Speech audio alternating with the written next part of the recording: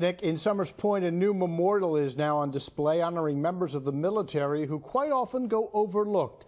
As Jim Murdoch shows us, a rare World War II torpedo symbolizes the United States submariners who never returned.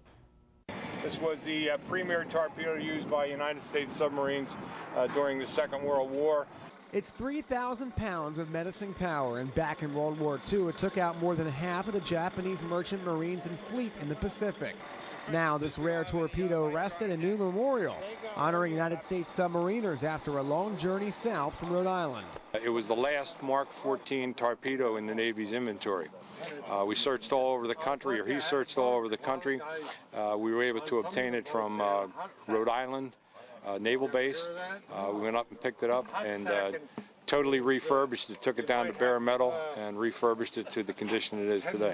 The torpedo needed a lift to hoist it onto its final resting place here along Bethel Road in Summers Point. Members of the Egg Harbor Township submarine veterans posed proudly with a reminder of their time in the service, a memorial more than 3 years in the making. It's just the antithesis of being a submariner, just being together with the guys. We're not a very big group, but we really enjoy each other.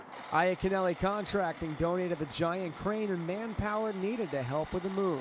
6 of our members have passed away during the construction of the project, so we especially want to dedicate it to our members that are now what we call on eternal patrol. Members of the U.S. submarine veterans out of the Egg Harbor base want folks to see this memorial to remember that nearly 26% of all men and women who served on the submarines deep beneath the Pacific Ocean back in World War II never came home. It's the highest percentage of any individual military group that paid the price for the freedom that we enjoy today. The group says the torpedo will remain wrapped until its formal dedication service sometime next spring. I'm very proud of being a submariner. In Summers Point, I'm Jim Murdoch, NBC 40 News.